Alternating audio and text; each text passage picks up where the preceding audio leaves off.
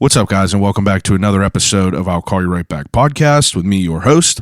I'm Chad Medved. It's very nice to I guess I'm not going to see you guys right now, but it's nice to have you back. You know, if you're a new listener, welcome to the show. If you are a returning listener, welcome back. Do me a solid right now. If you enjoy the podcast, please scroll up on your podcast app and hit that subscribe button. All right, subscribe to the podcast. And if you like the podcast, if you like what I'm doing, leave me some kind words. That is a huge help for me, and that's the only thing I'm asking of you. I do this podcast every week. It's free. I put in a lot of work for this thing, and if you like what I do, leave me a kind word. Let me know what you like about it. 5 stars. If you got that negativity, just keep on moving. You can listen to the podcast, but just don't put something negative on there. Come on now. Just if you got nothing nice to say, just don't say it. But a rating and review and a subscribe is all I ask of you. The first thing that I wanted to talk to you about this week is it might be your last chance to go to your local bodega and grab the cookies and cream Turner's limited edition milk. I recently found one. I thought that they would have been sold out by now, but it must be the last. It must be the very, very last bit. So if you are lucky, hop on down to the corner store. Hop on over to the crate or, the cooler. I guess it would be a cooler, but hop on over to the cooler that got that, the yellow caps in it and, find them delicious Turner's products and look for the cookies and cream limited edition milk. And, I promise you, you will not be disappointed. And if milk ain't your thing, slide on over to the right a little bit and grab yourself an ice cold Thug jug of tea. There ain't nothing better than a cold Turner's. Ain't nothing better than that. I'm sure that if you are someone that is on social media, you have seen the viral video of the guy named Dogface who's on a skateboard riding down a hill, drinking Ocean Spray Cran Raspberry to Fleetwood Mac's Dreams, and he's just lip syncing to this video, and just overnight this dude became a huge internet sensation. So I had to do my boys over at Turner's a solid. I put out my own version of the video. I'm cruising on a skateboard through my parking lot next to my house, and I'm chugging down it's a half gallon of Turner's. It took me a couple runs to get through that video, so I'm like, I was like almost chugging a whole half gallon right then. But I was blown away by the response of the video. Everyone loved it. People were hitting me up all day, and people were sharing away, and I was just, I was pumped about it. I'm very, very fortunate. Excuse me. I'm very, very fortunate to be able to say that I could work with Turner Dairy Farms, which brings me to my next point. So I know that I'm just letting you guys know now, but if you hop on over to I'llCallYouRightBack.com, I have some I'll Call You Right Back Turner's Halloween collaborations. It's a Halloween shirt. It's super, super awesome, and it is absolutely almost sold out. I think I have a small left, and I think I have an extra large and a 2X left. But if those are your sizes and you want to grab one of them shirts, hop on over to I'llCallYouRightBack.com and scoop one up. And I just have to say thank you to every single person who's bought one. It means the world to me that you guys support the podcast, and I'm just, I'm happy that you like what I do. A lot of other good stuff to talk about, and I'm not going to keep you too long before we get to the episode, but The Haunting of Bly Manor is the second installment to The Haunting of Hill House. I mean, I guess it's not the second installment, but it's the same actors, a majority of the same actors. But it's Halloween time. We're talking about spooky movies, spooky TV shows, and I'm currently in the middle of Bly Manor, and it is fantastic. It's creepy as hell. I urge you to watch it. If you haven't watched The Haunting at Hill House, I urge you to watch that as well. And I love Halloween. I love October. I went to Castle Blood. I recently talked to Ricky Dick, who is the owner of Castle Blood, which is in Manessa. Wisconsin. It is by far my favorite haunted house I've ever been to. It is just, it's kind of like a play. It's very theatrical, and I can't really say more because I don't want to spoil it. But if you are someone that enjoys haunted houses, I urge you to Google Castle Blood. Check them out and go check it. Just go check it out. I'm sure you will not be disappointed. It's not like super crazy scary where it's like you got chainsaws coming after you. It's almost like a performance. You're involved in this storyline the whole entire time, and it's a really incredible thing. I didn't know what I was going to say there, but I ended up getting it out. But the reason that everyone is here this week, I have a great podcast. It fits the spooky vibes. This week, I sit down with Jason Baker. Jason Baker is a special makeup effects artist who resides in the city now and continues to do great things in the industry. Jason and I sit down and talk about his life, why he got into special effects, how he chose to go to the Douglas Education Center, and, kind of what his process was through school and coming out of school. And currently, Jason works on all different sorts of stuff. We talked about, him getting out of school and working on MTV's Buck Wild. I'm sure some people remember that. It was almost like a redneck Jersey Shore. So we talk about that. We talk about him, doing some different work on The Dark Knight Rises, and Jason is, he's really good friends with Tom Savini. In an interview that I looked up, it said Jason is the Robin to Tom Savini's Batman. So they're very, very close, and they work and they do a lot of stuff together. And Jason was explaining to me that him and Tom are some of the lead special effects guys for the WWE. He has worked with Tom doing Triple H's, Skull Crown, and it's just like a wild story. You know what I mean? It's just a dude who gets into special effects makeup, and Tom Savini is obviously a horror icon, and it's just cool how things pan out. And him and Tom are currently, pumping out these face masks. Everyone got to wear face masks, right? So Jason had an old face mask that he fashioned into a mask to wear for pandemic reasons, and him and Tom started to pump these out, and it just it became super overwhelming, and he hasn't been able to keep them on a shelf. So if you want to go over to Callosum Studios, Callosum Studios, Callosum Studios, the website is not up yet, but it will be up very soon. They're finally getting caught up on all the back orders that they've had, but these masks are so sick. And, we just talk about all different shit. We talk about special effects. We talk about what he likes. We talk about things that meant a lot to him growing up. And, it's cool to just hear about someone's life and hear about someone who is successful and someone who, does what they love, and, someone who gets to work with a lot of cool people. Jason was telling me that he worked on Code Orange. If you don't know who Code Orange is, look them up. Code Orange is a band from Pittsburgh who is absolutely killing it. And Jason and a couple other his friends put together one of their masks. So they sell these masks, and he tells me all about it, along with countless other stories. So I'm gonna quit talking your ear off so you can listen to the episode and hear it from Jason himself. So without further ado, episode 137 of I'll Call You Right Back podcast with Jason Baker. I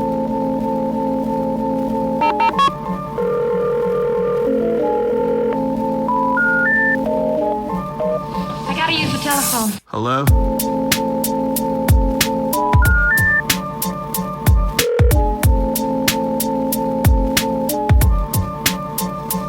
Telephone. I'll call you right back. Call you right back. Telephone. I'll Call You Right Back podcast. It's crazy because, I feel like before like Donald Trump, you would I mean, like, I feel like people's political views were not as, they're not always posting them on Facebook. They're not always like so mainstream with them. But it's like after that dude got elected, it doesn't matter whose side you believe in. It's just everyone's been very vocal about like their beliefs and everything, and you start to see like what people are. Yeah, and it's just weird. Oh, I mean, I think he's kind of a pot stirrer, man, and I think he is. It's just kind of, I think he's just riled up everybody. He does, because no one. I mean, there's never been anyone like him. Yeah, there's never been. He's the most entertaining president. No, definitely. For sure. But is it entertaining in a good way, or is it like, a cheater's entertaining? Is it like a good TV show, or is it like a Jerry Springer type entertaining? Yeah. You know what I mean? It's crazy, but fuck politics. You see it every day, all day. No matter who wins, we lose. So yeah, it's like there's no good outcome right now. But I appreciate you coming over early. Are you usually a morning guy? Not if I don't have to be. Really? Yeah. You didn't have to say yes to me. Oh, I don't have to do anything I wanted to. I know. I'm happy about that. I appreciate it very much. I like getting up. It's always one of those things to where hindsight's 20/20. You're like, oh man, I want to sleep until noon, and then you wake up and you're like, fuck, I slept until noon. I ruined, like, half the day's gone. Yeah, it's like half the day is just like. I enjoy getting up in the morning, especially as getting older. I mean, I think like being a bum when you're like early 20s is like the cool thing to do. Yeah, it's even more frowned upon whenever you're like in the ages that count. Yeah. If you sleep until noon when you're 21, it's like, oh, he's 21. You do it when you're 40, it's like, what's wrong with you? Yeah. That's true. You might want to go get like your testosterone levels checked. Yeah, it's like I'm always exhausted, and then you just get deeper into it, and then you WebMD, and then it's a rabbit hole. Oh God, yeah. But so I came across you through, I think it was Matt Light, maybe. Okay. I think it was him at first, and then after I saw you talk to him, I started looking at your social media, and then I started seeing that you were involved with movies and you were involved with special effects, and I don't know, I've always just been interested in it, and I thought that I would hit you up and try to see if you wanted to come in and talk to me. Yeah, man, thanks for having me. Yeah, I'm pretty sure I had I may or may not have had COVID.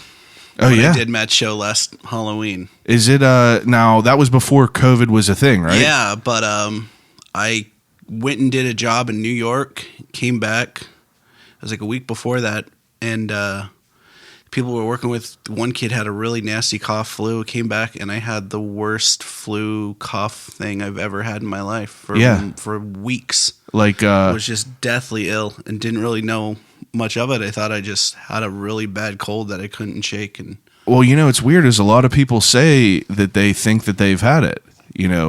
Because my mom back in November, December last year was like had like an aggressive cold, like hacking, dry cough. Yeah, I feel like, Matt, if you're listening, we got to redo your show, because I feel every other question I was like dry heaving and coughing. Like I sounded like the Emperor from Star Wars. It's all right. And, I mean, it's such like a weird thing now, because it's like usually, you interview someone and, you don't have such like a big, factor in this equation. Like the pandemic was like such a big period of people's lives. Like the last 6 months has been kind of like, have you been working? Yeah. Yeah, luckily we have been. We've had a few gigs here and there. We did lose a lot of jobs. Yeah, I see that you guys are killing it with the masks. Yeah, that totally blew up. Had no idea it was going to be as popular as it is. I feel like I owe everybody an apology. Yeah. Because I just didn't have, maybe I don't have enough self-esteem. I don't know. But I was like, oh, no one's going to want my stuff. I'm going to, thought maybe I'd sell like 5 of them. And I mean, like, they're always sold out. Yeah, we were almost caught up on all of our back orders, so then we're going to start taking orders again next week, but we haven't taken orders in like a month, because I feel so bad that people, that was the thing is, I think it's just the mindset that you get into when you start doing films and stuff is, I can't tell you how many times people have called me or called Tom and us and just been like, oh, we want to do this movie, or, we want you to do this music video, or can you build this prop for us? Or, yada, yada, yada. And you're like, yeah, like we'd love to, let's do it. Give them a price, give them a bid, and then you never hear from them again. Or, or like you'll go out for like it happens to my wife all the time, who's an actress, and she'll go out get an audition. They'll call her back like 3 times, talk to her about everything, and then they just stop calling her. Yeah. You know, like, and then it's just they fall off the planet. So you kind of get that, you know, I think I kind of took that mindset that I'm like, oh, nobody wants my stuff. I suck. Blah, blah. I feel like that's what a lot of artists have. We hate, like, we are our own worst worst critics, yeah. Yeah. I hate everything I do. I'm like, I could do that better. I could make that better. But that's, Isn't that keeps you progressing, though? Yeah, it does. And it makes me want to push myself harder. Yeah. And, you know, that's one of the things that Savini's always taught me is that he's like, no artist is really ever done. He's like, the only reason an artist is ever done is because a producer is no longer patient. So, wow. Because eventually you do got to get it in front of the camera and shoot it, and, you know, or it's got to go to where it needs to be. But, you know, that's the only reason you really stop working on things is because there's a deadline. That's a good point. I'm sure people could dissect everything. I think people would still. I think if Rick Baker had the chance, he'd still be working on American Werewolf in London. Yeah, I know, trying right? to like tweak it and make it better. But at the same time, it's like at the end of the day, it is a business, and we do got to get it in front of the camera. So yeah, that's a good point. I never really thought about that. It's like people that are artists, like this guy who painted all these. These are amazing. I love these. This is a guy named Robert Walker from Youngstown, and he's like, you know, I really love the acrylic, like super detailed, like the stringy hair and everything. But talking to him about it, I didn't get to interview him, but like I was just talking at his booth, and he has paintings that he said that he started 10, 15 years ago, and he's just like redone, just keeps doing them over, keep fixing pieces of them. And it's just like, I guess it's a good point. Unless there was a deadline, things would probably, you know, a lot of things would probably still be in limbo. Oh, every artist I know has a half finished either sculpture, painting, or something. It's an interesting profession because it's kind of like whatever you make it. You know, it's like, how do you get involved in, you know, what would you call yourself? I would call myself a special makeup effects artist. Special makeup effects artist. So, yeah, I mean, I moved out here to Pittsburgh to go to Tom's school, had no real plans on. That's why you came here? Where were you from originally? Born and raised north of Seattle in a little farming community called Skagit Valley. Wow. It has about 12 people. In the state of Washington. Mm-hmm. Yeah, I just traveled there last year in Oregon and Seattle and around the surrounding areas. I loved it out there. Yeah, I thought it was interesting. There's just no real film or anything like that, and it was just something that always intrigued me as a kid. Now, how did you get into it as a kid? Was it like... I was just a nerd, man. Yeah? It's just my birthday's in October, so I'd always spend all my birthday money on drugstore makeup kits and just thought everything was really cool. And, you know, me and my buddy would go get Fangoria and read it. And that's awesome. You know, real big into horror movies and stuff. Oh, yeah, of course. Love it. That's awesome. So. I saw that, you know, creeping on your social media, I saw you have a pretty extensive comic book collection. Now, is that something that you started when you were real young? I did, and then I lost it all through just moving and, you know, product of divorce and all that good jazz. Yeah. You know, you toss around from family and house and everything, and go to college and stuff, and everything gets lost over the years. So I've like slowly reaccumulated it, but I don't know, man. It's hard to keep up on comics because they're like revamping them every 6 months. Yeah, it's pretty they're wild. Fucking expensive now. I'm like, when, you know, back in my day. Yeah, it was like you go pick up like I remember like dollar back issues were like a quarter. I was never like crazy big into them, but I recently, like whenever they did when Palahniuk did the Fight Club re-release, I got all those. Those were really, really great. But it's like, damn, like just walking around like New Dimension Comics in the mills, you're like, shit, there's so much stuff here. Like literally anything you want, you could go there and do that. Yeah. The only thing the last time I went there, I was trying to find a Gremlins comic to see if like they ever made a Gremlins comic, and no one's ever made one. How weird is that?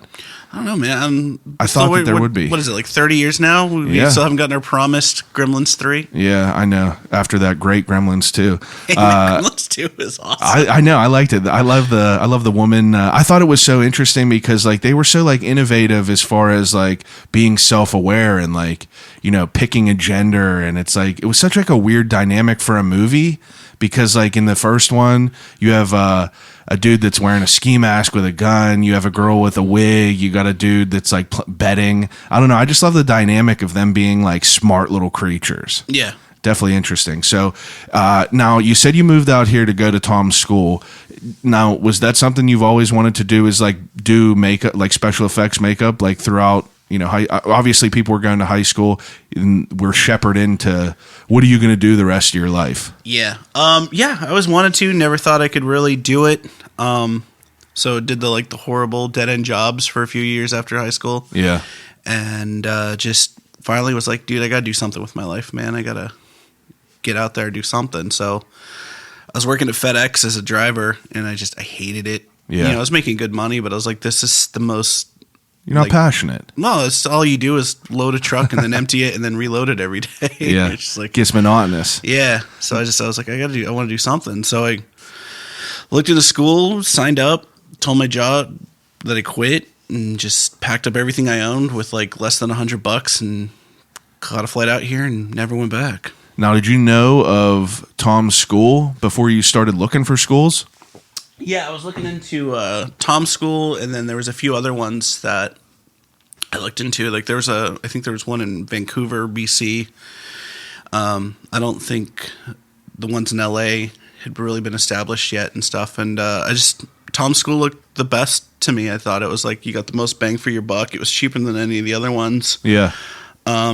At the time, the teachers' credentials were really good. I thought that was really impressive to go and learn from people who actually did shit. Yeah. You know, I'm I want to learn from people who actually, know how to make their way into it. I was like, wow, this is getting to learn how to play high school football from a professional football player. This is amazing. It's a good way to look at it, for sure. I was like, why would you not want to go do that? So, yeah. So how old were you when you moved over there? I was 25. 25 is when you went to school? I was a late bloomer, yeah. Now, when you moved over there, what's the curriculum? How long do you have to go to school for? It's been a minute.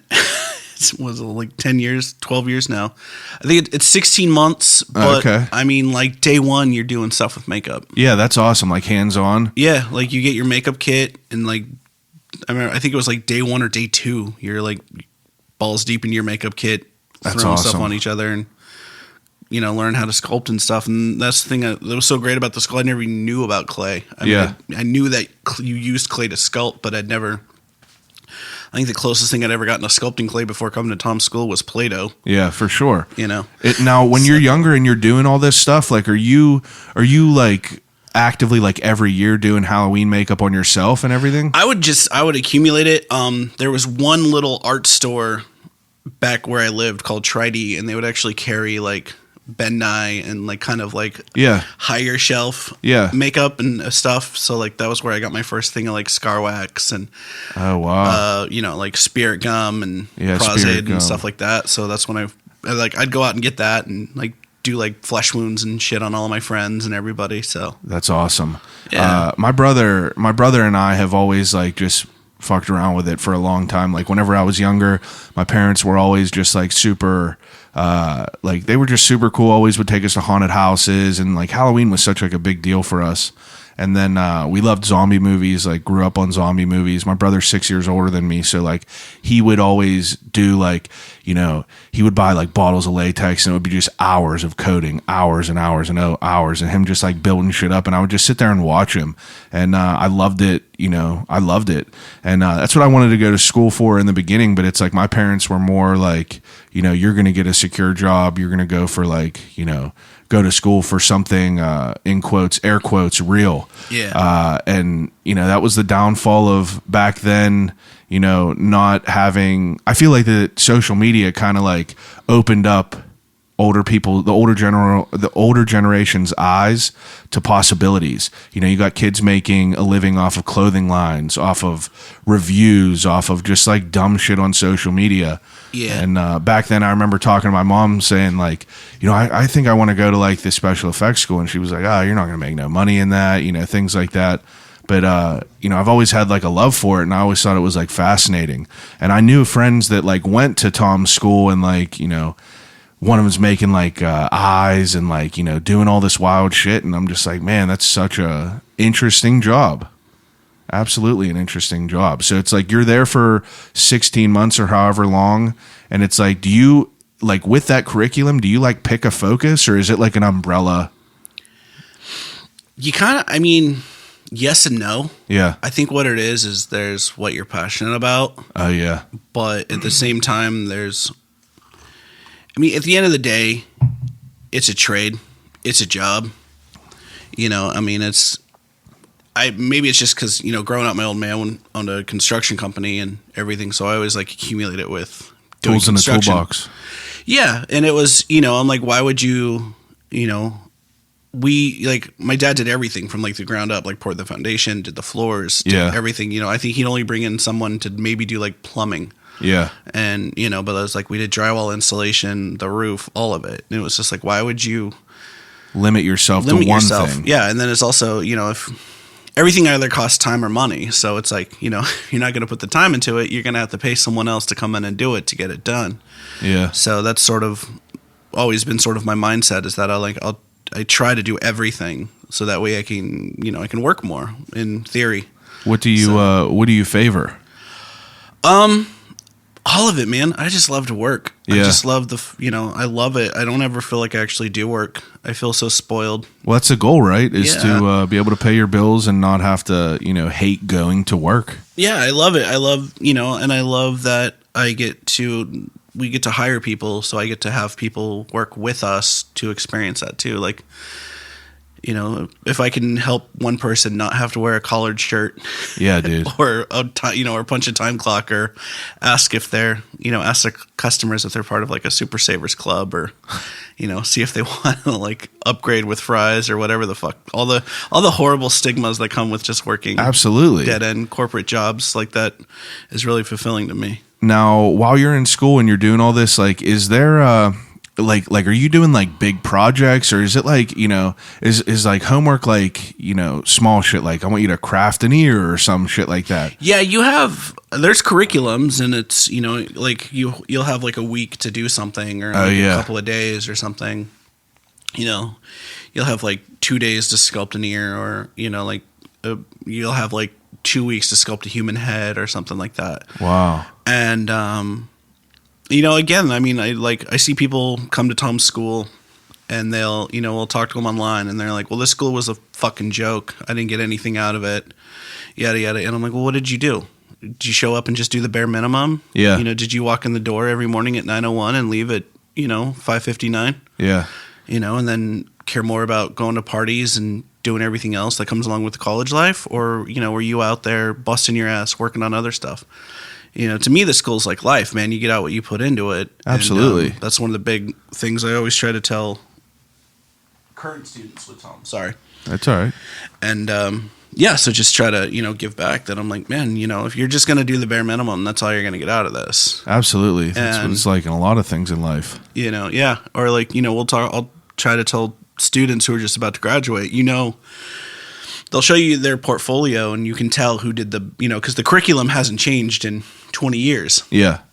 So you can, by looking at the portfolio, you can tell like who's done the bare minimum and who's actually like wanting to do this as a living. Yeah, So, that makes sense. You'll explain to people, be like, dude, look, like there's enough graduates of the Savini program out working in the fields that there's people at almost every major studio in LA and, in the world. So it's like if someone looks at your portfolio and knows the curriculum of the Savini school, they're going to know right away, even before talking to you, whether or not you actually like are putting time into this, or if you're just a bare minimum guy. And most people don't want to hire a bare minimum guy. That's interesting. It definitely is. Now, whenever you get like, whenever you graduate from the school and you get whatever accolade you get, now, are special effects jobs, are they more based on, you having that piece of paper like a corporate job is? Like some people don't learn shit in school and they just go to school to get a piece of paper, and you have to have that paper to get hired? Or is it like you're going to school and like learning things? Like, let me rephrase it. I'm sorry. Whenever you're hired, will they strictly just go by the paper, or will they go by like what you could do? No, it's totally by what you do. I'm like, dude, Greg never went to, Greg Nicotero never went to an effects school. Rick Baker never went to an effects school. I guess that's a good point. Stan Winston never went to an effects school. Tom never went to a fucking effects school. Yeah. A lot of it was handed down. And, so it's definitely more what you can do than what piece of paper you have. Yeah, I think that that's such like a ridiculous aspect of like corporate environments is like, forcing someone to go to school to, learn all this ridiculous extra shit and get in debt. And then you get hired. Like the place that I work right now, like I could have did whatever I could do what I do at my job now with what I learned in high school basically. Yeah, it's just like drawing it's like super like it's not like crazy it's not like college like made me ready for anything, you know what I mean? Yeah, no, that's like not so much, I don't know so much about film, but like definitely with like television and like TV studios and stuff, like they won't even talk to you unless you have like a bachelor's degree in something, and it's wild. Yeah, like I've been working in the film industry for 20 years. I've built sets, I've done this, and they're like, well, if you don't have a bachelor's, we can't. Like, okay, all right, piss off then, whatever. Yeah. Now whenever you're like approaching the ending of school, it's like does everyone there just have the mindset of like wanting to work in film, or is there like other people that have different, like what are the routes that you could take? There's so many things. I mean, I know people who have gone into so many different avenues and areas and stuff. I mean, like prime example, Tom and I have become WWE's main special makeup effects. It's ridiculous company. And I'm like, I never planned, when I came out here to go to school, professional wrestling was not the angle or avenue that I thought I was going to get into. Like, so. what were you envisioning? Did you have an I envisionment? figured I would just move to LA and just be like a shop jockey. Okay, yeah. That was kind of my goal and my plan, and things didn't really pan out that way. Yes, I mean, like I didn't know a super bunch about you until like I saw Matt, and then I started like looking into you, and like I pull up your IMDb and like see what you worked on, and like I'm just like, holy shit, like there's just like it's random things, and like I see the Dark Knight Rises on there, and like or the Dark Knight. Which one? Dark Knight Rises. That's the one with Bane, right? Yeah, that was the one that was shot here. And then like Unstoppable and like all this random stuff. And it's like, now from that point of you graduating, like what is like your trajectory after you're done graduating? Like, are you like immediately like working? Oh, I was working on films even before I graduated. Oh yeah. Yeah, like so much to where like they told me it was starting to affect my school stuff. And I'm like, but I'm getting work and I'm a broke college kid. Now, how do you get into that? Is it because you're just like someone that's taking it seriously? Yeah, and I found out about like the Pittsburgh Film Office and places. I tell people like, how do I break into the industry? And I'm like, well, make a group of friends and go out and make some movies. Yeah, and if that doesn't pan out for you, look for your local film office. You did that in the beginning. You made your own like films? A bunch. Even before I came to school, like a bunch of buddies and me would just run around and make horrible horror films, like no budget slasher films. The funnest times ever, though. Yeah, just covering each other in Caro syrup out in the woods at like 2:00 in the morning. Just screaming. You think who? What other people are hearing this right now? Yeah, like probably scaring the shit out of people. You're like, please don't walk by the campsite like covered in blood with like your throat slit and everything. Now the film office, you said like you approached that to try to find jobs. Yeah, that's pretty interesting to think about. I wouldn't even think of to do that. Yeah, and I met a few people who I kind of just started working my way up. I got on set as like an extra on a movie. Wow. I think it was that Tom Hardy film Warrior, and I just started talking to people, and it's like, look, man, I don't want to be an actor. It was a good movie. Yeah, that movie was great. So it's interesting how much is like done in Pittsburgh, and I never really understood it. Is it because like the cost to be able to do things here? I think it's definitely. I think the tax incentive is a huge thing. So. Because you see all kinds of weird shit. It's like I remember starting to see it like pick up like back whenever that movie Abduction with like the dude from Twilight. Yeah, it's like I remember that was filming like right near my home growing up. Whenever I was in like high school, I think, and then like they just used this place right over here for Mindhunter. Mm-hmm. Whenever they filmed that, so it's like I'm watching all this shit standing on my fire escape. You're just like, damn, like it's crazy. Yeah. It's definitely like weird to have that. So I mean, like if you're an extra, you could just you just wanted to get in the industry, like any way I could get my foot in the door, just to get on set and just sort of talk to people, and just kind of went from there and started building a slow resume as like an extra, and then was able to get on as like a PA, and wow, I just started doing that, and then Yeah, I started working, and then I got a job working for MTV down in West Virginia. I saw that on Buck Wild. Yeah. What was that like? Fucking insanity. Yeah, I know. Absolute insanity. I looked at the IMDb and it said Buck Wild, and I was like, is this like a scary like Hills Have Eyes movies? And then I clicked on it and I was like, nope. Close. But it was reality. I remember that kid. He said, "I'm Gandhi," and he said it's trick or treat all year round. I just remember that from the opening credits. That kid actually ended up passing away. Yeah, Shane. That's a shame. But I remember watching all that. What did you do for that? I was the art director. My job was we'd have meetings in the morning, and we'd just come up with crazy ass shit. Because it was supposed to be like this like hybrid Jackass meets Jersey Shore in West Virginia, and like so it'd be me and the producers, and then we'd like have Shane and Joey or Jesse, I can't remember the other one's name. Yeah. Or like the whoever, and we'd have meetings in the morning and we talk about like crazy. They pitch and like the producers come up with like some stupid ass idea, and the kids would just be like, "Well, that's dumb. We would never do that. Like, maybe we'll do this." So they'd counter, and then they'd be like, "Okay, Jason, you got 4 hours. Go put that together." Jeez, how long did you work on that? The first season was 6 months. Wow. 7 months, about 6 or 7 months. Were you living down there? Yeah. That was probably really interesting. That was really interesting. That was like in the cut, wasn't it? Yeah, it was deep. I lived in Charleston, but we were always shooting like over in like Boone County and like deep. It was pretty funny though because our all of our production was mobile. Yeah. So we had like 5 big like Suburbans, and they were all black because I guess that was just like what the rental place had. Looked like the president. Well, we'd go rolling through like the back hollows, and like you could see like the meth heads would freak out thinking like we were the FBI, and they'd like you'd see them like all run in their house and stuff when we come rolling down the street. Yeah.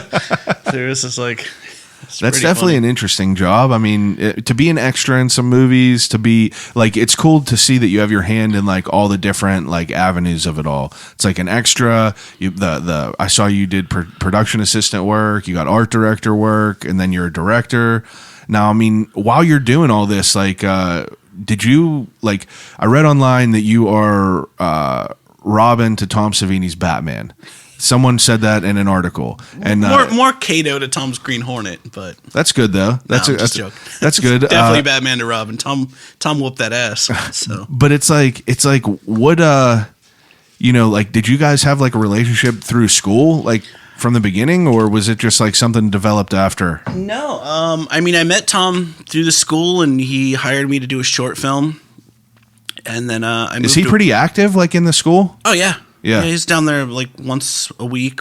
I just didn't know. He tries to go down there as much as he can. That's pretty cool. I mean, up until the world stopped. Yeah. It's probably not a smart thing to have a 74-year-old man going and interacting with groups of people. And looks like he's 40. Yeah, I know. It's fucked up. I know Tom's twice my age and looks better than I do. Better than a lot of the younger people. It's my unrunning joke. I just tell people that Tom sucks my youth. That's why I've got like this huge gray Santa Claus beard. Yeah, succubus. This takes my youth. That's really funny. Now, I mean, so you're working and like you're doing all that, and where are we going to that I interrupted you? Oh no, just working with Tom. But it actually hooks back into Buck Wild. Went back to do the second season and was planning to finally move to LA after the second season, because when you get hired on a production, they pay for you and put you up and everything. Yeah. And I was like, cool, I'll just save up my money and I'll finally have enough money to move to LA after the second season.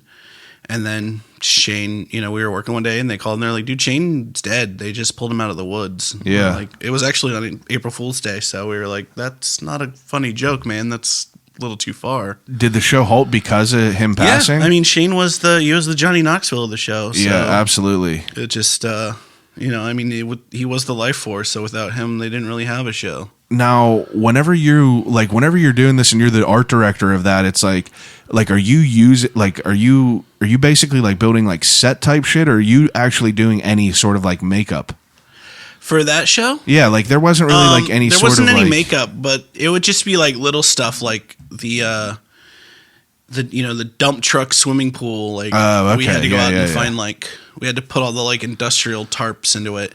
and then like we put mattresses in the bottom of it, so Okay. like if they jumped in and they hit, they wouldn't like crack their head on the bottom of the swimming pool. Smart. You know, or shit like there was an episode where they quote unquote built a potato cannon. None of those fucking kids know how to build a potato cannon. I was like, you guys think you're from the woods? I'm from the woods. Yeah. Like, You build it? fuck yeah, I did. Come on, man. Yeah, I grew up in a farming community. That's true. So- We built a pretty nasty one. It would have definitely killed someone if they got shot with it. Yeah. Like it was like probably like 6 foot long. The back chamber was definitely like 6-inch diameter. Yeah. And we would put like a half can of hairspray in there, and it's just like doom. That was super dangerous. We used to use when we were doing the show. We were using pipe sealer. Oh yeah. The little wand and the Yeah. thing. You just take that and run it in your barrel, and all those fumes just build up. Oh wow. With that barbecue igniter, fucking Jesus. get a real pop. But it was that was the stuff. It's like they didn't know how to do any of that. Yeah, so like it was funny because you'd have to like it was almost like a cooking show. Yeah. Where I'd have to go out and buy like that episode. I remember we had to buy 2 of everything.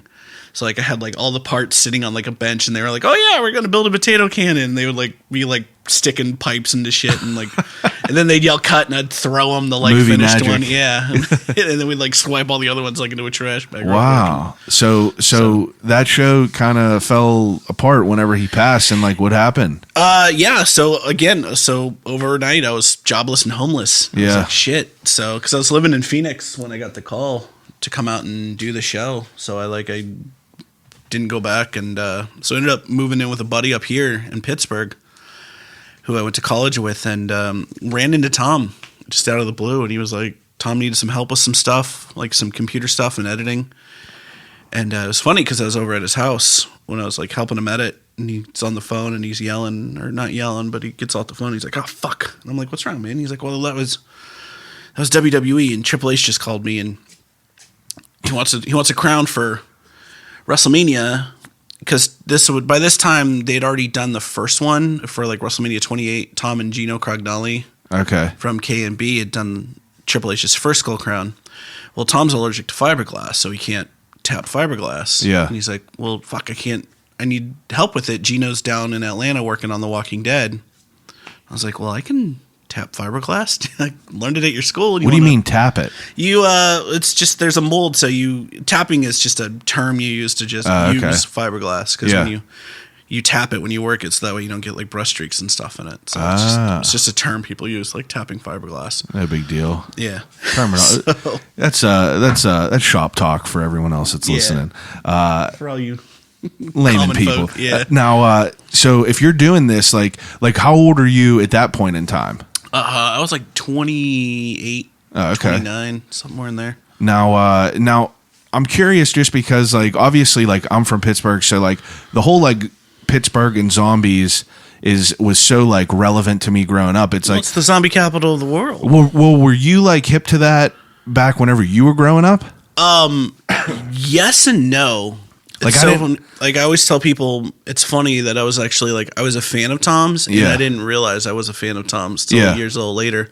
Like 3 of my favorite horror movies growing up were Creepshow, the remake of Night of the Living Dead, and Yeah. From Dusk Till Dawn. Oh, yeah. And I had no idea that Tom had done, I'm like, if you would have told me that Sex Machine Yeah, directed Sex Machine. the remake of Night of the Living Dead and then went and made Fluffy, I'd be like, no, that's preposterous. Yeah. So, but he did. So I was like, oh, wow, shit. Turns out I was a fan of Tom's. Small world. So, And then, so it's like, if you're helping him and like, so that's your first experience working with WWE? yeah.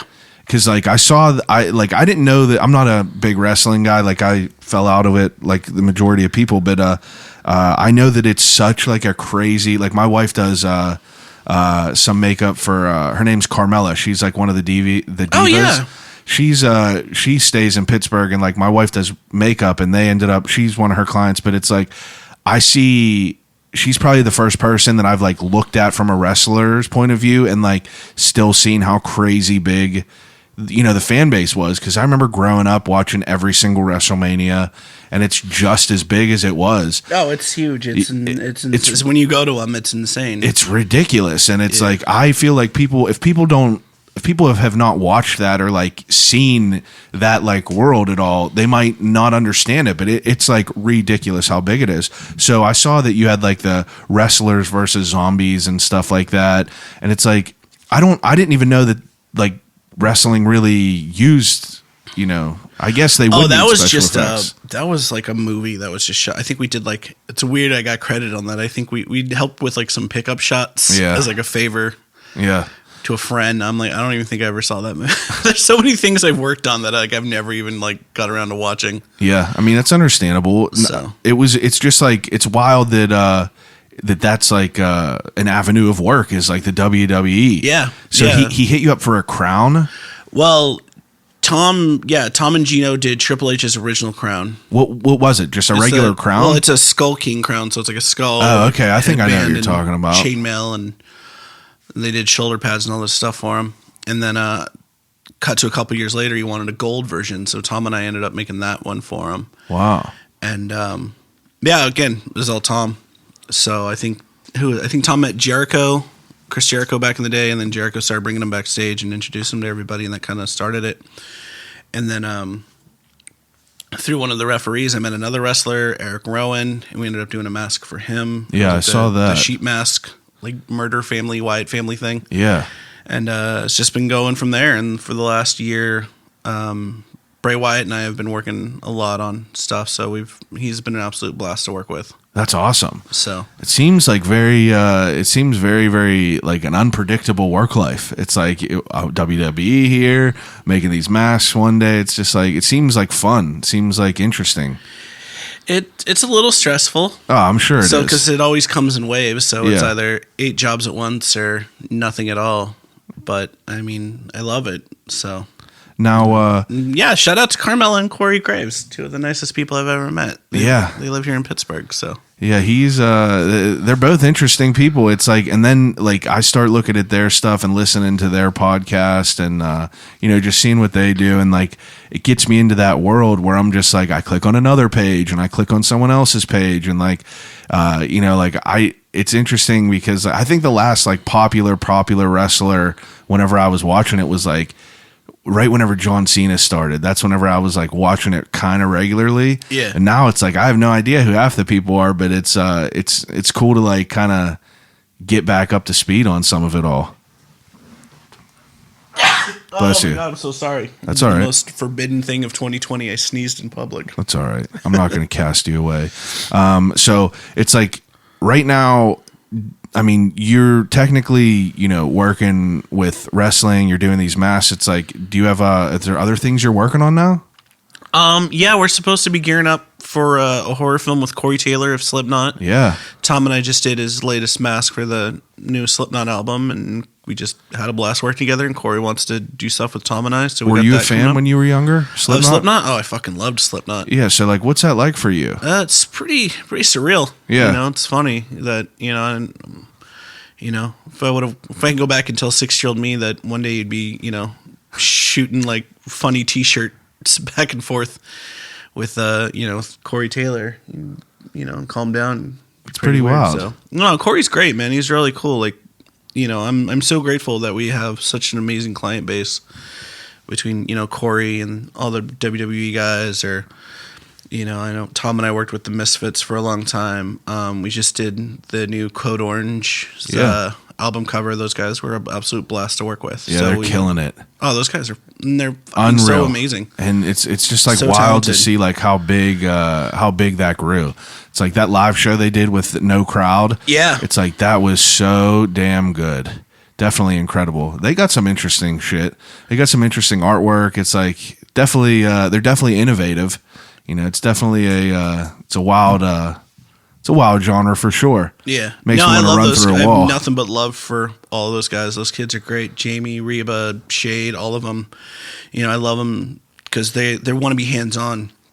They started, they wanted to start selling the masks we made for them. Yeah. And I just thought it was so cool that instead of like, usually what we'll do is like, we'll make them one and then they'll get shipped to China and then like they'll mass produce it. They're like, no. How do we make these? Yeah. Like, can you teach us how to make these so we can make them ourselves. Yeah.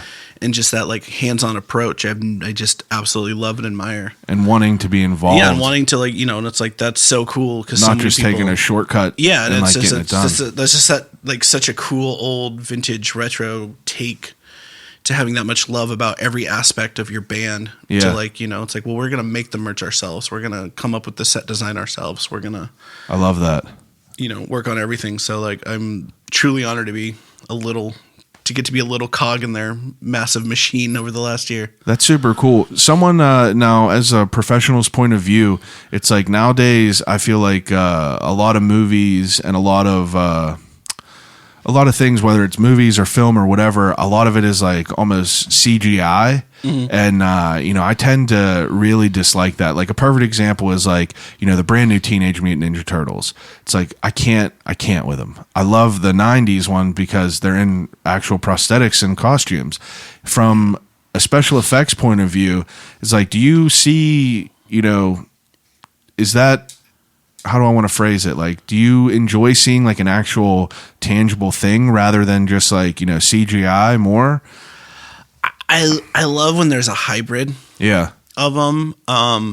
You know, like when CGI is done well, you don't notice it. Yeah. You know, just off the top of my head and halfway through my first cup of coffee, like Game of Thrones was a really cool. I love how they would, you know, they'd take like 5 of like the White Walkers. Yeah. And those main hero White Walkers would be physical, actual makeups. Those are the ones that look like skeletons, Yeah. right? I never watched it. It's all good. I know. The ending was so, I don't know. I know. I heard everyone's like, you know, the whole show's great. And then 95% of it is like unreal. 97, and then that last moment just. Seems like a lot of people hated it. Honestly, I was upset because you know, I wanted to watch it in the beginning, but it's like, you know, then 2 seasons pass and then you're like, damn, I'm already kind of late to it, and it's like, Yeah. I'll wait till it's all done and then I'll watch it. Just don't want to jump on that bandwagon. Yeah. Yeah, it took me a while to do that. I was the same way with Breaking Bad. I was like, I'm so sick of hearing about Breaking Bad. I don't want to start Breaking Bad. Yeah, and then same. I finally got around to starting Unreal. Breaking Bad, and I was like, God damn, this is fucking amazing. Yeah, that show is Why absolutely did I rob unreal. myself of this for so long? Did you watch Ozark? I've heard of it. I haven't got a chance to check it. I heard nothing but good things about it, though. Yeah, that got like feels of Breaking Bad, you know, Yeah. like white guy that's like, you know, manipulating the drug game. Like, it's pretty sick. I love that show too, but that's like probably the most comparable I feel as far as like what would be like the closest thing to Breaking Bad. Yeah. Interesting. But no, back to the CGI thing. I don't. Of course, I would love to see physical stuff, Yeah. but from someone who's worked in the business side of film as a producer and things of that nature, I get it. Yeah. You know, it's a lot easier and it's a lot quicker. You know, I think a lot of people don't understand like how film is completely made and stuff. And it's like, you know, say if you have an actor come to set Yeah. and you don't use them, you still have to pay him for that day. You know, or if you're busy doing stuff with an actor with effects gag and you're still waiting to go shoot this other guy and you don't get to shoot him, then you got to bring him back and shoot him another day because you just spent 12 hours of the day shooting one effects scene. You know, That's a good way to, I never thought about that. you know, I know a lot of people like shit on CGI, but it's like, it's just, again, at the end of the day, it's art, but it's also a business. Yeah, I feel like You know, I people, know. you know, like an outsider's point of view, it's like we just don't know. Yeah. You know, we don't know that aspect of it all. Well, it's also, you know, it's one of those things to where it's like, you know, you look at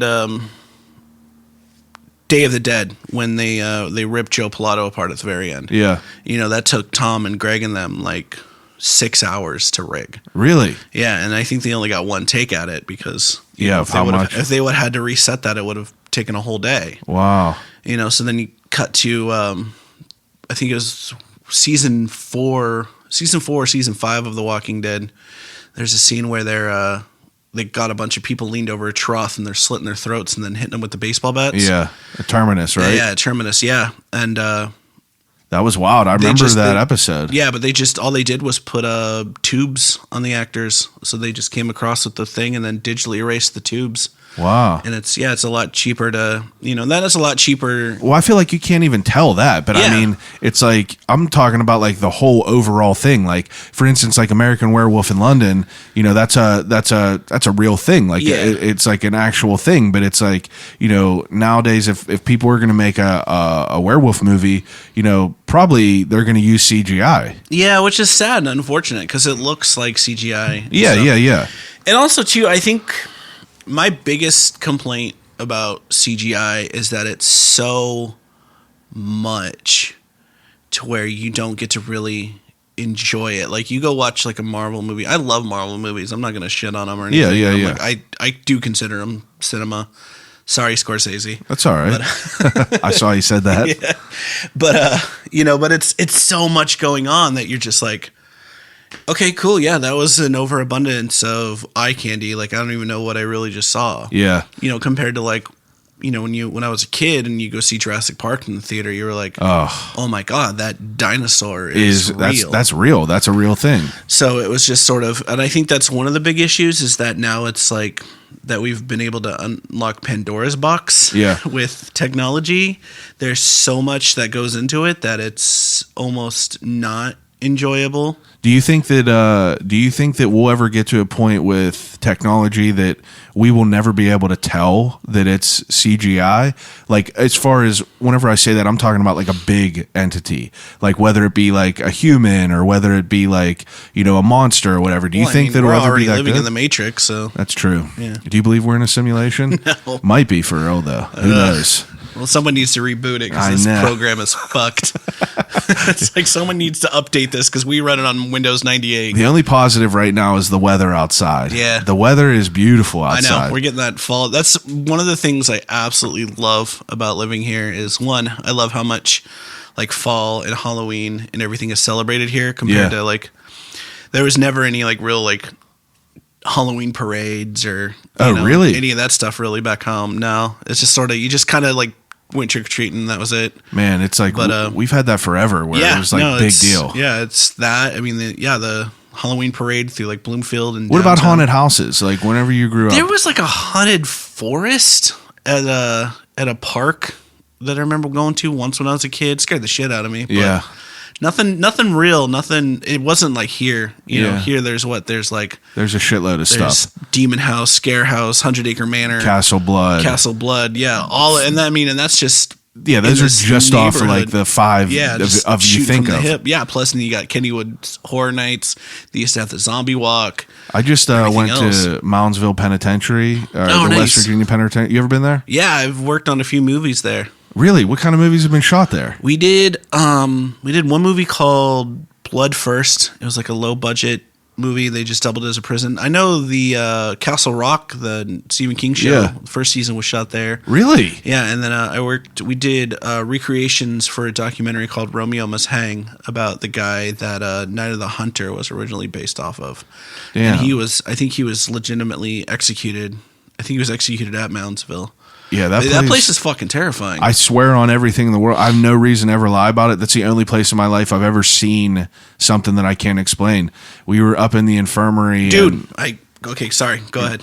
I was up in the infirmary and, the whole time, they say that it's like, they're telling us all these like horror stories, taking us through the cells and everything. And it's creepy. Like the only time throughout the whole tour that I got creeped out is whenever they took you into solitary confinement at the bottom. And like my fucking fingers felt like that At they the were Sugar Shack or whatever they called it. Yeah. Yeah, that place was. my fingers felt like that they were like tingling and throbbing. They didn't feel like that any other time. And then whenever we went all the way up to the infirmary, we were walking up one set of steps and like the infirmary is like a big ass open room. Mm-hmm. So at the other end of the room, there's another lighted stairwell, but there's no lights on besides for both stairwells. So you walk up a lighted stairwell, look all the way across, and then you see the door to the other stairwell. But there's probably like 50 yards that you walked past. So as we're walking and the tour guide is talking, I looked at that other stairwell and I swear on everything in the world, I saw someone walk by. I saw a half of a body, not like a torso, but like just a leg going in a room. And then I saw another complete human walk by. And it looked just like a black silhouette because it was dark, but it was like so realistic that I was like, I thought it was a human being from another tour. And I was like, holy shit. I was like, that tour scared the fuck out of me. And the lady was like, what? And I was like, the tour group over there, they freaked me out because they were up there. And she was like, there is not one other person up here. And I don't care. People have messaged me because I talked about it on the last episode, and they're like, did you really see something? And I'm like, I don't give a fuck if anyone believes it or not, but that was the only time in my entire life that I had something that I could not explain. We walked past the room, and I looked in the fucking room that they walked in. There was nothing there. See, I will see your story, and I will raise it. Oh, I wanted to tell me it. I got chills already. The exact same thing happened to me there. Always growing up, I never thought ghosts were real, this, that, whatever. I wasn't opposed to it, though. I'm not opposed to it, but I'm also just like, did If you I see didn't something? see it, Or are you yeah. like, how much, it's usually like when someone's like, oh yeah, I saw something. I'm like, you look like you're on meth. So I'm sure you saw something. But no, yeah. So we were shooting these recreation scenes for this documentary called Romeo Must Hang. And we were dressing the cell. We were putting stuff in, and we needed a mattress to fit the old cell beds. Yeah. And one of the park rangers was there, and I was like, hey, do you guys still have any of these old mattresses so we can kind of make this look authentic? And he was like, they're up in the infirmary. And I'm like, well, where's that? Tells me where to go. You went by yourself up there? Yeah, it was broad daylight. Oh, yeah. So yeah. I'm just like, oh, nothing big. It's, and I'm like, oh. Yeah, this was dark as fuck. Yeah, and I'm like, I don't really think, I don't really believe in ghosts, whatever. So before this point, though, just to preface it, you didn't have any, no qualms about ghosts. Like, you didn't ever see anything? You never felt anything? No, nothing. Okay. Not really. Okay. And so I go walking up, and I'm looking in the room. I see it. I see the mattress, and it's around one of the other rooms. You go in the main room, and then there's all those little side corridors. The side rooms. And I go walking, and all of a sudden, I almost dropped to my knees. I feel like someone just punched me in the chest, and I'm like, what the? I'm like, I was 27, 28. Yeah. And I'm like, yeah, I'm kind of a heftier guy. I'm like, oh my God, there's no way I could be having a heart attack at 27. Yeah. So like, I kind of caught my breath, came to it. I was like, that was weird. Didn't really think much of it. Grabbed the mattress and ran out. We finished the day.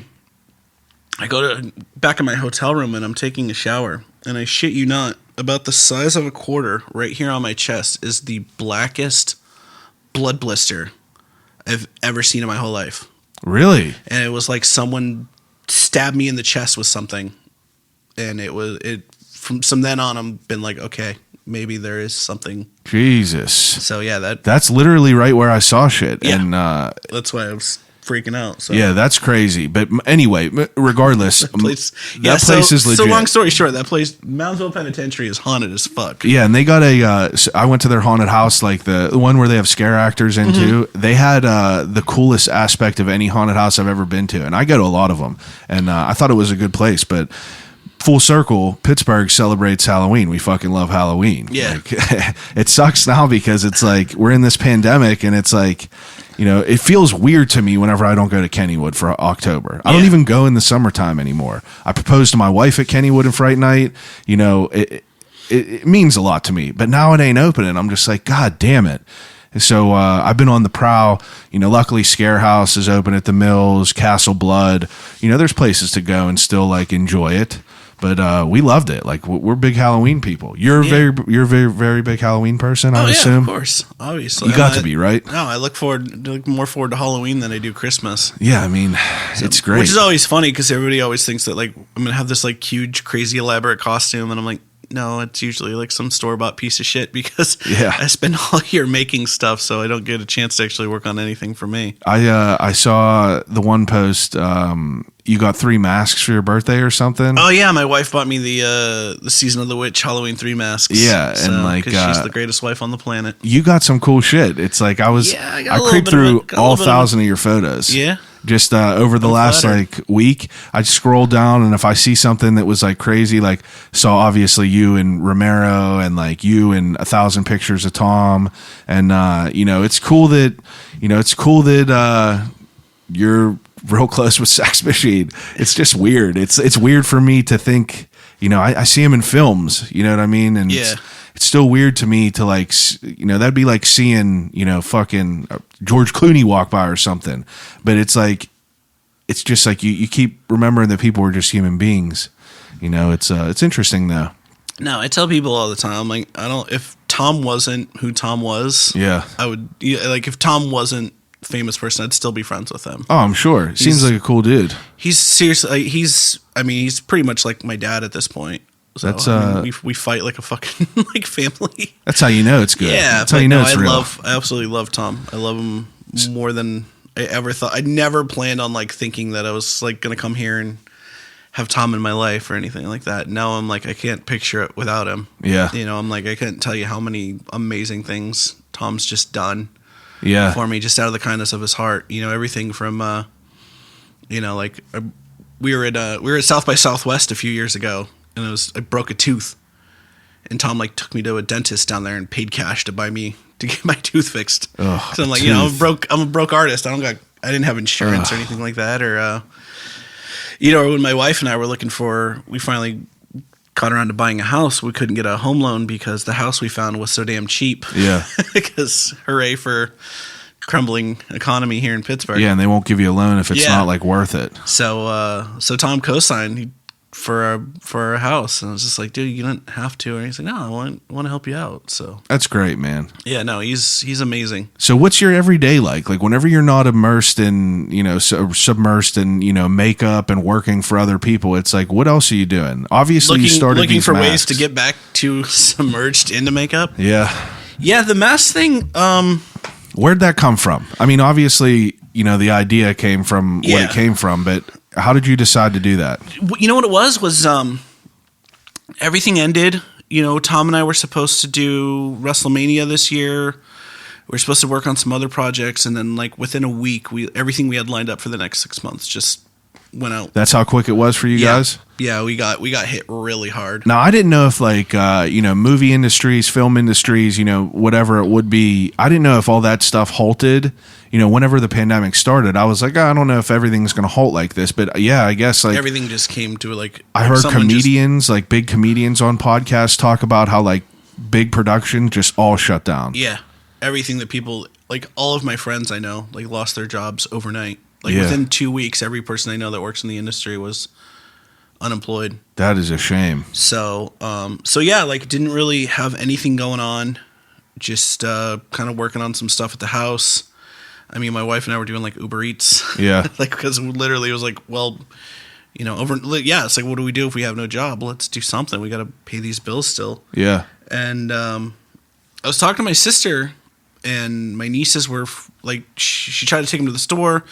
It was when they started mandating masks, like, late March. They couldn't figure out, and my nieces, like, freaked out. Yeah. Because just trying to explain to, like, 10-year-olds, they're just like, yeah, there's a global pandemic and no one is immune to it, and you have to wear a mask now, and people can't be around each other. And, trying to explain that the world changed overnight to a child, I'm sure was really hard. So I had some leftover, like, skull masks from a gig that didn't come out right out of the molds or something, but, like, the lower half was still okay. So I just grinded them down, sanded them, and glued a filter into it, and painted them, like, bright pink, and sent 2 of them out to my nieces. So, it's like, well, if you got to wear a mask into the store, let's treat it like, wear a cool one. Yeah, like trick or treat. Let's, we can treat it like it's a fun time or make something. People, like, want to. It's like a reason for people to want to wear it. Yeah. So then I did that, and then I had, like, a broken mask, another, the broken goalie mask, and I just did the same thing, cut it up, and took it over to Tom, and we, like, for a while, like, I wouldn't even go see Tom physically because we didn't, nobody knew exactly. I saw that picture of you guys walking in the park. Yeah, like, I bumped into him, so that was really cool.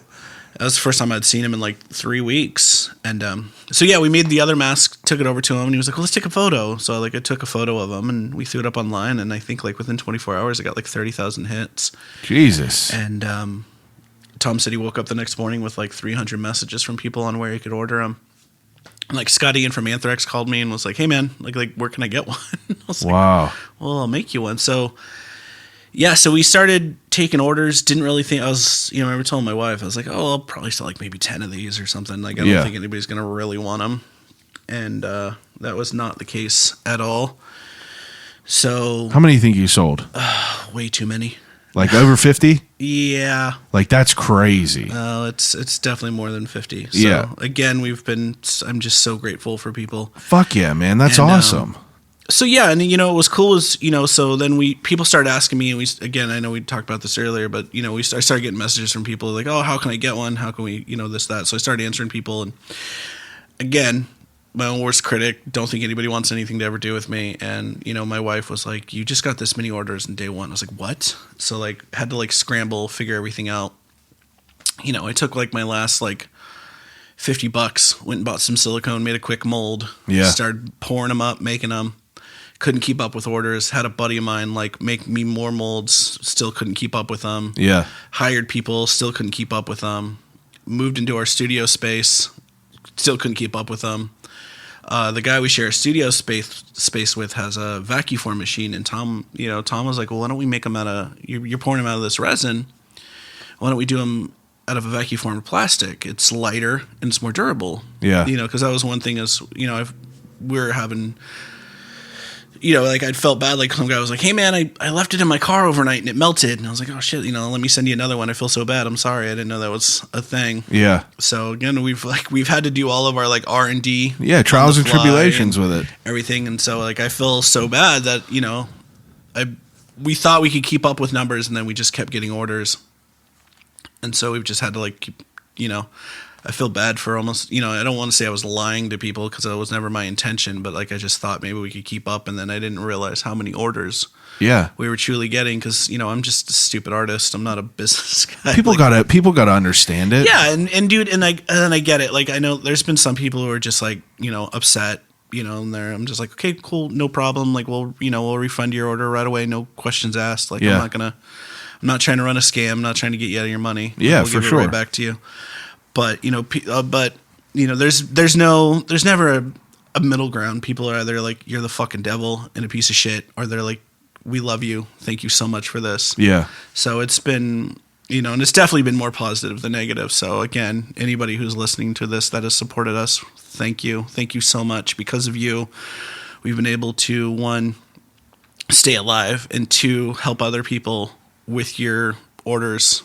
To for people who lost their jobs. Yeah. That's been one of the great things about all this was Tom and I were able to hire almost 15 people. 15? Yeah. Just because of the masks? Yeah. Holy shit. And people and everybody that was working for us all lost their jobs to COVID.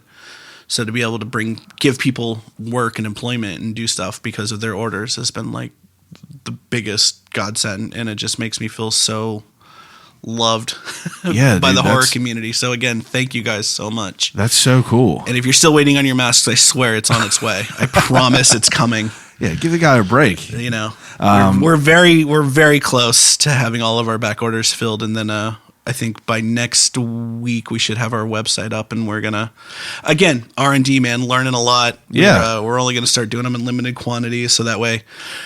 We'll have them ready. Yeah. And that way people, when they order, it goes out, and they're not having to wait months or weeks, days, Who would have whatever. Thought? Who would have thought? It wasn't something I really planned on doing. So, but it's been a blast, and I love that people, one, it's I love people are wearing masks. Yeah. I think that's the only thing that's been proven so far to help us get through this goddamn thing. Yeah. And two, it's, it's fun. I love the fact that people are wanting to show off our work and have fun with. Yeah, make the most of a horrible situation was definitely our mindset. I've seen one down in the Strip. I think that's the only place that I've seen one, but I seen one at the Strip coming outside the guy was walking outside the beef jerky store, I think, and I saw the half of a mask, and I was like, holy shit! And I thought that was cool. It's cool to see. Yeah, no, it's been fun, and just the people that have supported us and everything, a bunch of the wrestlers and artists and everything like that. So. Now it's besides all this chaos that you're in, it's what do you do for fun? I know that you're a big nerd. I know that you are. I saw that you had the Dude, Han Solo door. I sleep. That's what I do for fun. Yeah. I always say I'd like to work out, and then you look at me and you're like, when the fuck do you ever work out? I'm the same way. Yeah, no, but I do like to work out. It's never, I'm like, when do I get a chance? Yeah. I love being outside, one of the bike riding is a big thing with me and my wife. You bikers? Not like, I'm not like the fucking speedo. Yeah. Like, But you like riding a bike. yeah, man. There's no fucking blast. You go up, Man, go up to the river trail and ride a bike. It's Pittsburgh has through the downtown. You go through the city and stuff. absolutely fantastic area to bike in. Yeah, it's awesome. I love it. I love that. It's so funny because it's like through the city is the only place you can find that's remotely flat. Yeah. Everywhere else is like it's a fucking hill, Mountains. Yeah. I bought my bike with my Donnie dollars, and I was unemployed for like 4 months, and I just rode my bike. Like I never gave a shit about bikes. I always had like a BMX bike, and I lived on a hill, so like it wasn't conducive to being a fat dude. Yeah. I grew up fat. It's like I wasn't riding a BMX bike up a hill. Yeah. But I bought my bike, and I got it like fitted to me, and it was nice, and I spent a little bit on it, and I just could not get off of it. And it's I a think good for, like, place to get out. The first like 3 weeks, all we did was go ride. We'd go work for a few hours and then go ride bikes. That's the best. It was a blast. It Made you feel like you're in a little gang. Yeah. Loved it. I got a lot of friends that I've met through riding bikes now, Yeah. and through the podcast, and I ended up getting to see parts of the city that I've never seen because I was just on a bike. If you're riding through the city in a car, you want to get in and out as quick as you can. Because there's nowhere to park. And it's just chaos. But like if you're in a bike, it's like, I don't know what's down this alley. Let's take a ride. Yeah, let's go check it out. Yeah, and it's fun to see that. Yeah, no, it's been a blast, and I haven't owned a bike since I lived in Phoenix. Yeah. And dude, there's no reason to own a car in Phoenix. Everything is just flat. Really? Yeah, well, until it gets like 130 outside, nobody wants to bike in that shit. Yeah, and your tires melt. Yeah. So like what are the goals of what you're doing? Obviously, keep going with the masks, and I mean, I guess stuff with film work and everything is all still up in the air, right? Yeah. We've had a few potential leads talking. I mean, that's the beauty of what I do, and getting to work with Tom is every day is a new adventure. And, Yeah, I guess that's a good point. And so you never really, people are always like, "What do you got? What do you want to do in the next 5 years?" And I'm like, "Live, work." Yeah. So, I'm like, I just kind of take every day at a time, and I'm so grateful and blessed and honored to get to live the life that I live. I have the most amazing wife on the planet. I get to hang out every day with a fucking horror icon. Yeah. I'm like, what do I really have to complain about? That's true. That's definitely true. So, well, I think it's time to get to the ending segment of the podcast. So I do an ending segment with everyone. It's called Desert Island Questions. Everybody gather up, please. I think this is a perfect opportunity for all of us to participate in some really intense, psychologically revealing conversations. So we're going to be playing Desert Island. Desert Island. Desert Island. Desert Island Questions, where I give each of my guests 3 categories to take with them on a desert island to exhaust until expulsion. And this is my favorite part. So the first category of things are things to watch. So you get to pick 3 movies to take with you on a desert island to watch over and over and over again until you die. ooh, man. Yeah, I'm going to keep you on your toes for these last few, so get ready. Only 3 movies? Only 3. Yeah, Tom always says the Lord of the Rings trilogy, and I'm like, no. Nah, I'm good on that. See, no. That's one of his favorites is the Lord of the Rings He trilogy? loves Lord of the Rings, man. He's all about that Lord of the Rings. That's cool, though. Nah, Lord of the Rings is badass. It's just not like... Yeah, like I'm not watching that over and over and over Yeah. again for my life. Man. I'll I'd have to go Warriors. Warriors, come out to play. Yeah, I never get sick of that movie. Yeah. I'd have to go either Spinal Tap or Blues Brothers. Oh, One Yeah. of those two. I'll choose. okay. I'll give you both. Yeah, I can watch either one of those comedies All over right. and over and over again. So there, I did. I got an action. I got a horror, or I got a comedy. For horror, I don't know. It's a toss up. Probably Dawn. Dawn? I never Original? I never get sick of Dawn. Yeah. Yeah. Oh yeah. Of course. No, not the fucking remake. Yeah. I enjoyed the remake. I didn't think it was bad at all. I mean, obviously, you probably have a little bit more into it than I do, but No, you know what it was? I think my biggest complaint about the remake was I'm sitting in that movie theater for like waiting for like 80 minutes, and I'm like, when the bikers showing up? When the bikers showing up? When the bikers showing up? Yeah. And then and I'm like, oh, no fucking bikers! Come on, man! I'm Yeah. like, you robbed us of the bikers, Zack Snyder. Pies in the face. Yeah. Yeah. It's like I never really, understood it. No, I know that movie gets a lot of hate. I enjoyed it. I thought it was for one of the, I think if you're going to do a remake, you might as well make it your own. Yeah. Than just do like a paint by numbers Absolutely. sort of thing. So that was like, did you see the new remake, or fuck, you can't even call it a remake, the reimagining of Suspiria? No. I know that's like very sacrilegious to a lot of people. Yeah, I would watch it, Argento purists, but I loved it. I thought it was great. It was totally, they went in a complete opposite direction of the original one. Yeah. Yeah, I mean, like, I'm not opposed. I go into things pretty open minded. My like the last episode we just did, me and my buddy's a super crazy big cinephile. He's fucking nuts. Night of the Living Dead sleeve one arm, Dawn of the Dead one arm, and we gave each picked 5 of our favorite horror movies of all time, and gave the list to each other, and we each had to watch them all, and we basically had notes, detailed written notes, and we just discussed them in depth.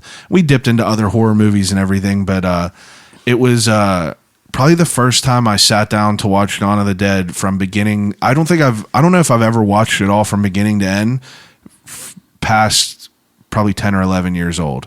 Yeah. And then I watched it all again, and I was just like, damn, like, this is crazy. Like, it's just like it's crazy to see Monroeville Mall. It's crazy because to hear about, like, how, I started looking things up, and I started talking to my buddy about it, and he was telling me about, like, how, like, they filmed it during Christmas time, and, they had to put all the take all the shit down and put it back up overnight, and it's just like such a cool way to think about it, which brings me to a whole completely. I have to rewind a little bit before we get back into Desert Island. But what about I saw on your IMDb the Smoke and Mirrors.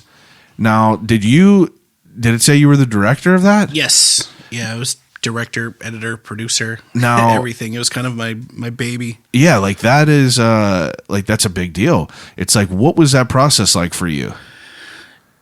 Insane. Yeah. A lot of learning. I bet. Definitely learning as I go. First of all, how did you even get that?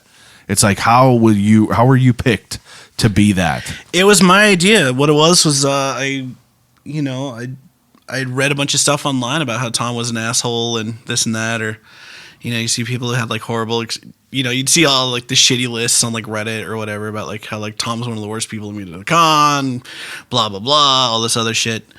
And then I met him, and I'm like, this is like one of the nicest fucking people you could ever meet. Yeah. And then he hired me to do a short film for him, and I just saw the way like he worked with everybody and worked with his family and talked to everybody. And what it was the whole movie took place at night, so we did night shoots.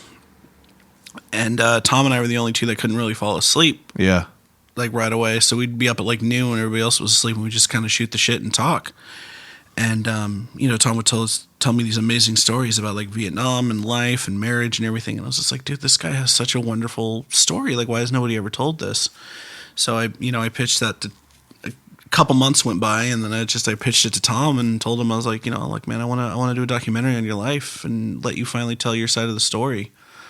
And he went for it. And, our angle was, I didn't want to so much focus on the film work. I want to focus on the stories. And I want to tell a story about who you are, not what you've done. Yeah. And that was sort of the angle I went with. So, man, that's pretty, I mean, now in that process, that's the first time you were ever a director and, pretty much the head of the project. Yeah. I mean, I've worked on some other stuff, and I've got to do some other stuff in between while working on it. Like directed some stuff for the Misfits and some other projects and stuff like that. But yeah, that's my first feature length film. Now, how long was it? How long did it take to make it? No, how long was the film? Oh, it's 90 minutes. 90 minutes? Now, yeah. How long? Now, that's the next question. How long did it take to make? 7 years. 7 years. You were working on that for 7 years? Yeah. Holy shit. Well, it was just over time, I know. Yeah. Well, I mean, that was the what it was we'd shoot. It was funny because Tom would say, he's like, every time we'd sit down to shoot an interview with him, it was almost like a therapy session. Yeah. Because, it's like, who's going to just tell their life story to someone? Yeah. Day one. so we'd kind of, over time we were able to kind of build this like level of trust and everything. And I think Tom really wanted to see it, especially as like first time filmmakers. I think he wanted to see, like, make sure that we were dedicated to the project and everything. And I was like, yeah, man, we're still around like 3 years later. Like, we're not going anywhere. Can we finish this? That's awesome. And then, it was funny, like, and then stuff would happen, like, we'd shoot an interview with Tom, and then he'd call me like 2 days later and he'd be like, oh man, I totally forgot about this thing that happened to me when I was a kid, or, or this. And I'm like, yeah, man, that's really important. Can we, are you available to come and shoot another interview? He's like, yeah, well, I got to go shoot Django, but once I get back, we can do an interview. And it's like, cool. How long is that? He's like, well, I'm only going to be in New Orleans for like 2 months. And it's like, well, all right, fuck. Now I guess I'm going to do nothing for 2 months, or, like I remember, like, we got a hold of Alice Cooper, because Tom and Alice are like, they've been really good friends for like almost 40 years. And Alice's manager wrote back and he'd be like, Alice has to be in your movie. He'll do it, yada, yada, yada. He's free in August. And I'm like, it's December. So, like, yeah, I guess that's a good point. It's just, but that's just how documentaries go, man. I'm like, you got to work around, and that's the thing is, it was a labor of love. And again, everything costs either time or money. And, we didn't have the money to really like get into people's way, or, it's like, you can't ask someone like Robert Rodriguez to not go shoot a film so he can come and do an interview for your documentary. It's like, absolutely. No, I'll squeeze you in when I got time. So it was just trying to find time to get into everybody's stuff. So that was the big. Now, did you feel that you had imposter syndrome? What do you mean? Like, whenever were you faking it till you make it? Like, did you feel overwhelmed, like, having this as like a project to do? Like, did you feel overwhelmed with the aspect of you being, close to Tom in a certain way? Did you feel overwhelmed and like wanting to, do it was justice? Funny because through the documentary is kind of how I became close to Tom. Oh, okay. And stuff. And, I think a lot of, that was one of the things that we'd always argue with Tom. Not argue, but like, it was always the complete opposite. Like, I think a lot of people think that like like Tom would kind of like make sure we didn't put stuff in the documentary. Yeah. And I'd be like, and Tom would, it was funny because it was the complete opposite. Like, we'd show Tom an edit or a rough cut of something, and he'd be like, oh, well, why don't you guys leave this in there? And I'm like, oh, maybe, are you sure you want to talk about that? And you'd be like, yeah, put it in the fucking film. So I was like, all right, man, cool. That's cool. So it was usually us like trying to kind of figure out where everyone is. And he was like, no, if I'm going to tell my story, let's tell my fucking story. So that's awesome. Yeah. So Tom's been nothing but supportive. You're happy with it? Oh, I love it. I love that it's done. Yeah, I bet. I love that it's no longer hanging over my head. But again, it was a labor of love, and I'm so grateful for everybody that was involved, because it wasn't just me. I had an amazing crew. I had like our producer Rob Lucas and Andy Westfall, and our DP Mitch Cleaver, and Aaron Moore, and all these other people that came and helped me shoot it. Nick Rock and Mark Yancey, Harry Manfredini, who did the score for the original Friday the 13th films, did our score for that. That's awesome. My friend Aaron Shelton, who just would help. He was, he's like a tech wizard. So anytime we'd have any like technical issues, Aaron was there at like 3 a.m. helping us out, like with. It's awesome to have a good gang of people to work with. Yeah, and I can't tell you like how grateful I am for all the wonderful people I have in my life to help me. Hell yeah, do stuff, and I'm like, I wouldn't be anything without them. I wanted to make sure I asked about that, and I almost forgot. Thank God I came back to it. Yeah. So you picked your 3 Desert Island movies. You picked Spinal Tap Blues Brothers. You picked The Warriors, and Dawn of the Dead, the original. I don't know, man. It's a toss up between Dawn and Phantom of the Paradise. I think I'd probably have to go more with Phantom of the Paradise than Dawn. That's fine. I'll give you both. This is going real good. I'll give you both. Just give me one of those old double-sided discs from like the $5 Walmart bin. For sure. That's the best. There we go. Them things were the best. 4 movies for $5. Yeah. So the second category, I usually ask people 3 books that they've read, but I kind of wanted to switch up that question, if that's all right with you. Yeah. I wanted to know of 3 like moments in special effects in films that you have seen that you loved. Like, for instance, like the Wolfman or the werewolf in like American Werewolf in London. Like, do you have like 3 moments in movies that you just like really loved? I'm just 3. Well, I mean, Yeah. 3 that stick out to the top of your mind. Yeah, I mean, one would definitely have to be. We talked about it earlier, so it's fresh in my head. The T-Rex from Jurassic Park. Yeah. I think I was like 10 or 11 and got to see that in the theater, and just seeing that thing.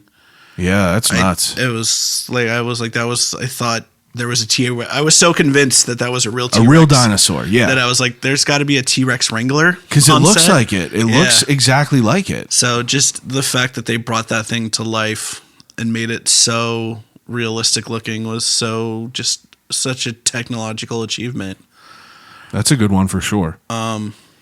Yeah, there's so many that I just remember as a kid that just kind of really like threw me off, and I thought was so great. Again, American. I'm sure everybody always says American Werewolf in London. Yeah. But you can't beat that transformation scene. It's just there's nothing. No one's ever done anything that's compared to it since. Yeah, the only other werewolf scene that I thought was just like that I really loved the transition besides for that one is in the Monster Squad.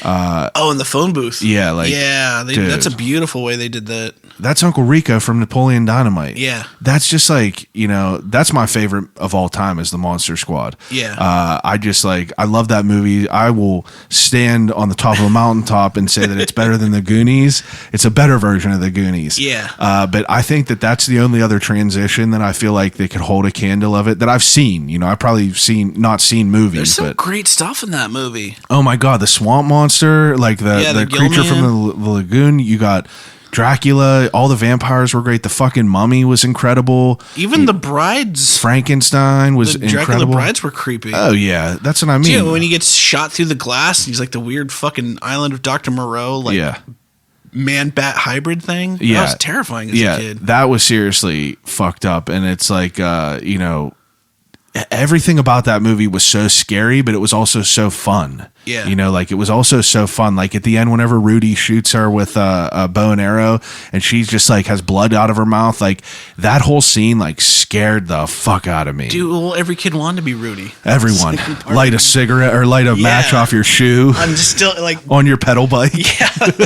Just a god in front of a bunch of 8-year-olds. He's the only person in history that could get laid rolling on a BMX. Yeah. I don't even think it was a BMX. I think it was a shitty it looked like a women's bike almost. Yeah, it was something. Yeah. It was real funny. He made it work, man. Yeah, it really did. I got a whole leg sleeve of them, and I met Andre Gower. Cool. And whenever he came to Dormont and premiered, it was maybe the 30-year anniversary or something of the Monster Squad, and it was so cool to just be able to talk to him and watch it and be able to do. There was a Q&A after, and I don't know. I love the movie, incredible. But yeah, that's a good point. You said American Werewolf, and then you said Jurassic Park. You got one more? You think? Yeah, it's so funny because it's like that one, but Predator 2. Oh wow! Was I think that was the first R-rated science horror movie I remember seeing in the theater. Really? I was maybe 7 or 8. Yeah. So yeah, it was funny when I was a kid. My dad would always drag me to movies and had he didn't give a shit about the ratings. Yeah. It was same with me. Shut up and sit there, kid. My parents did not care. Yeah, I think my dad just used me to get out of the house, to get away from my mom. Was like, I'm going to take Jason to go see this movie. We're going to go. We were always but I don't want to watch Backdraft, Dad. I want to go see Three Ninjas. Backdraft. Yeah. Man, that's a good one. Three Ninjas, though. That's good, too. I was telling my wife the other day that, one of my shameful moments in life was I declined the chance to see Unforgiven in the theater. Really? To go watch Three Ninjas twice. Oh wow! I fucked. I was 10. What am I gonna do? What can you do? You can't do nothing about that. It was cool. I was like, but it's like Teenage Mutant Ninja Turtles meets Home Alone, Dad. Yeah, it's like that resonated. Yeah, he's like, you don't want to see one of the greatest westerns ever made. That's cool. Well, what can you do? I know. Yeah, I mean, the joke's on him. Three Ninjas got 4 sequels. So. I know, right? One with Hulk Hogan in right? it. Yeah. I'll see Hulk Hogan in Unforgiven. Yeah, that was, I love them movies too. All right, so the third category is 3 things to listen to. So you could pick 3 CDs. Ooh, man. Just over and over again. Yeah. It's a hard choice. Yeah.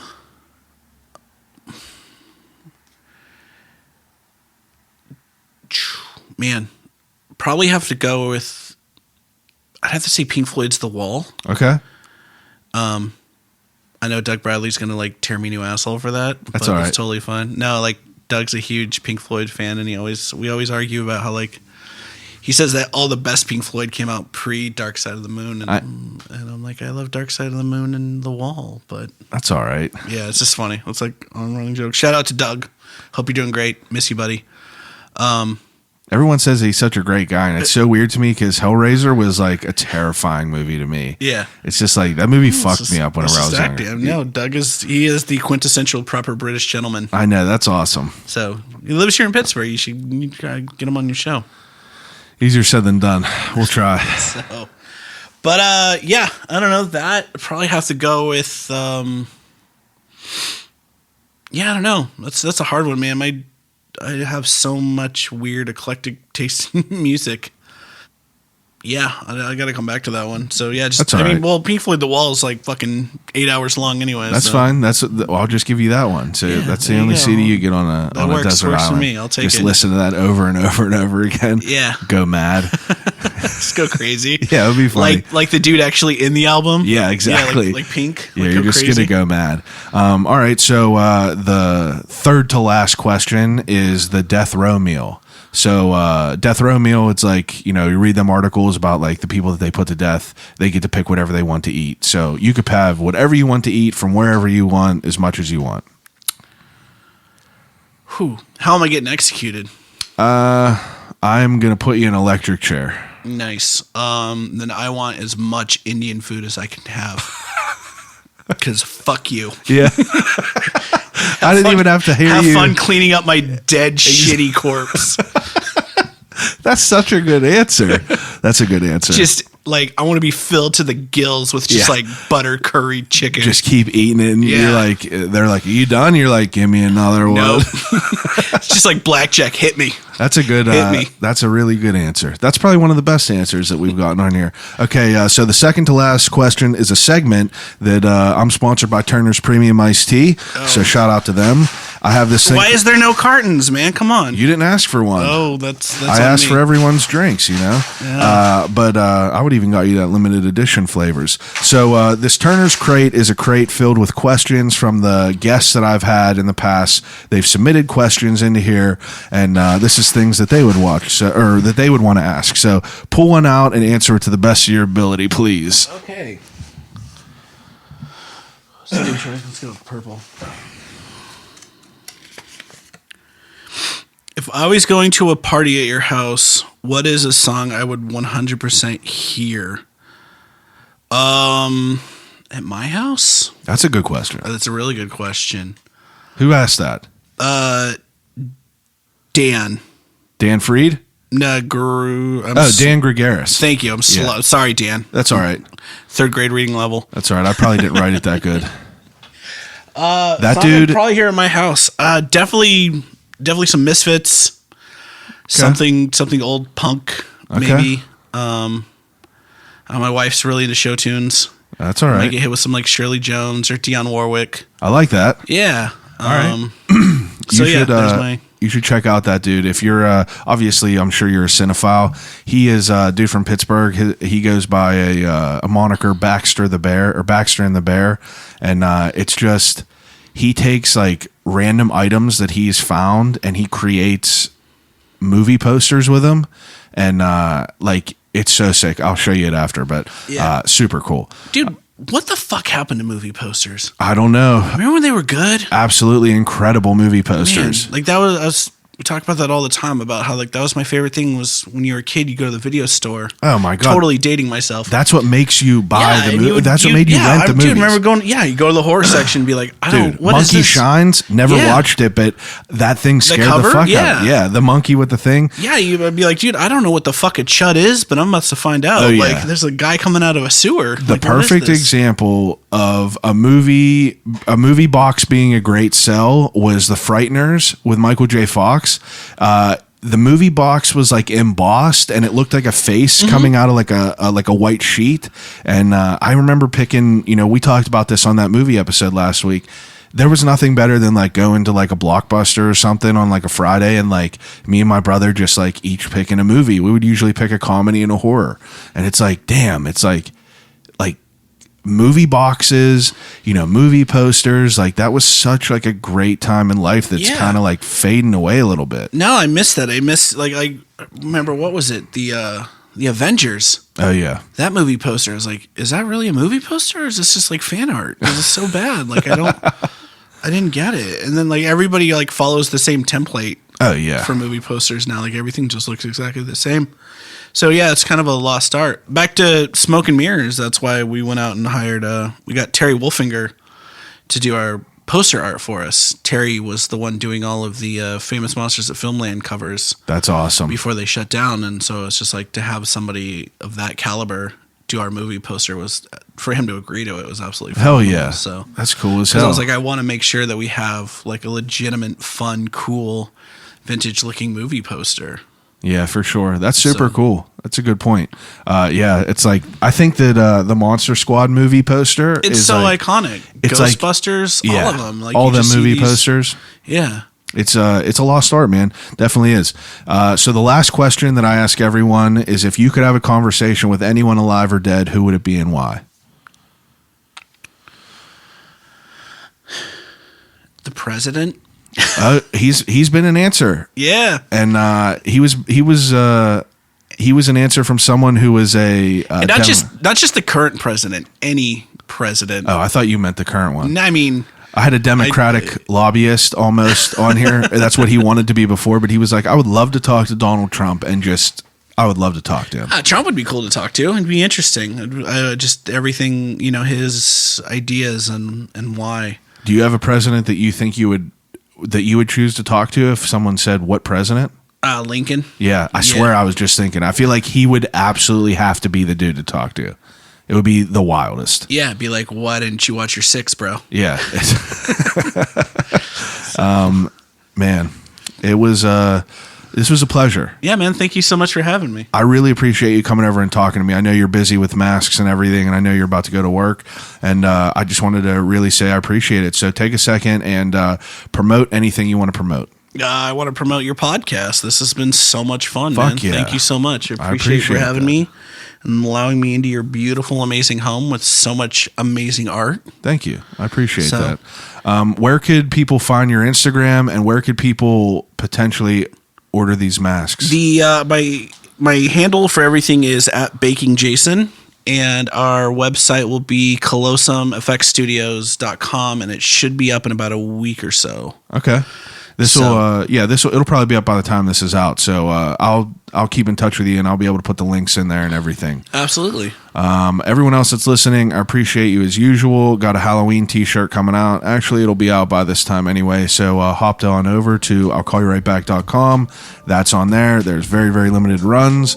And we just got a lot of good episodes coming still, as always. So thanks for listening, and I'll call you right back.